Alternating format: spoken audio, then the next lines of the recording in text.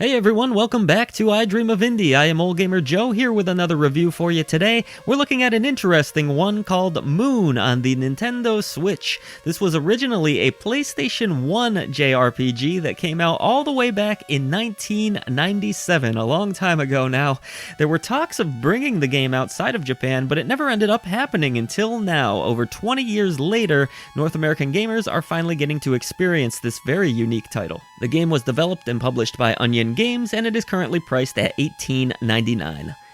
Moon tells the story of a young boy who finds himself addicted to an RPG called, you guessed it, Moon.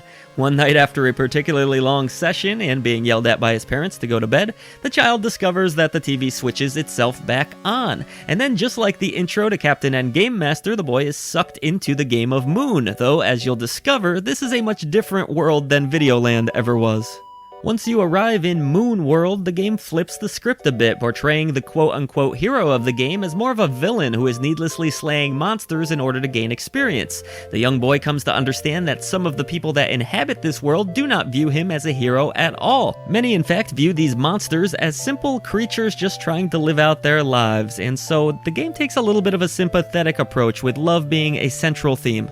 Well, I can honestly say, and I've played a lot of them, that I've never played a game quite like this one. In fact, calling it a JRPG at all doesn't even feel like the correct terminology once you unravel the core gameplay loop. Essentially, though, you are tasked with collecting love, whether it be from the spirits of monsters, which you'll need to grab, or by helping and interacting with townsfolks. Collecting love generally isn't as simple as walking up to a monster or engaging someone in conversation, however, as the majority of the love is tied to a puzzle of sorts. These puzzles can range from having to toss a coin into a wishing well to summon the spirit of a defeated creature, or following a drunk baker home only to realize he wasn't exactly who you thought he was. As charming and endearing as the characters and world of Moon can be, you can't just leisurely stroll around it at your own free will, as you will have a stamina bar in this game, and as the day wears on, you'll find that your character grows more and more fatigued. If you aren't careful, he will eventually collapse, which sends you back to your grandmother's house, or later your own personal living quarters, which you can acquire. As you gain more levels by collecting love, you will be able to stay on your feet longer, but it should always be in the back of your mind that you'll need to get home to rest, as a collapse means losing an entire day's progress.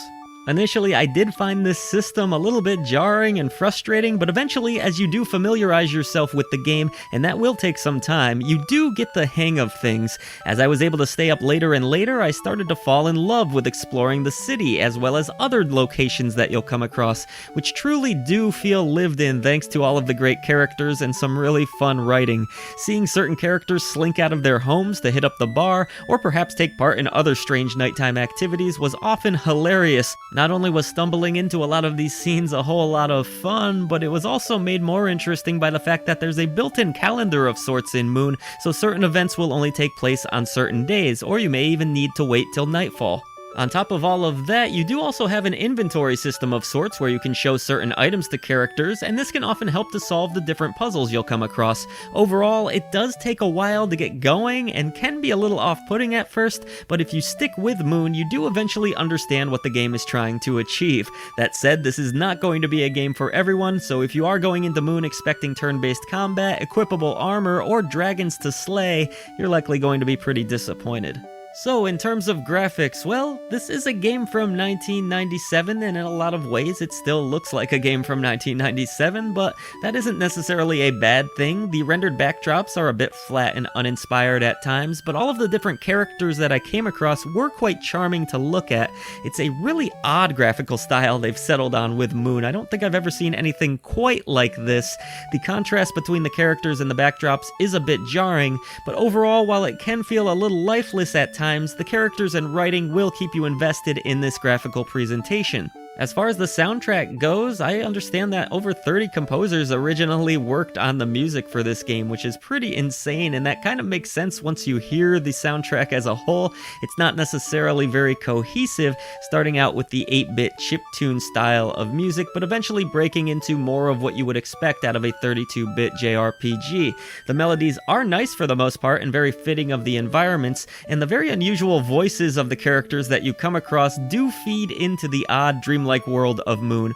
Overall, this isn't the prettiest looking or sounding JRPG that you'll ever come across, but it's certainly one of the more interesting looking ones. I think it's really neat that Moon is now available to more players all these years later. That in itself makes for a feel-good story, but what really surprised me about Moon was how different it is even today from anything else on the market. Sure, games have messed around with the idea of flipping the script before, but Moon took things even a step further, completely doing away with familiar genre tropes. I don't think this 18 to 20 hour journey will be for everyone, but if you have a good idea of what you're signing up for, Moon offers an exciting, if not strange world that makes it a relic of the past which somehow still feels fresh and innovative today.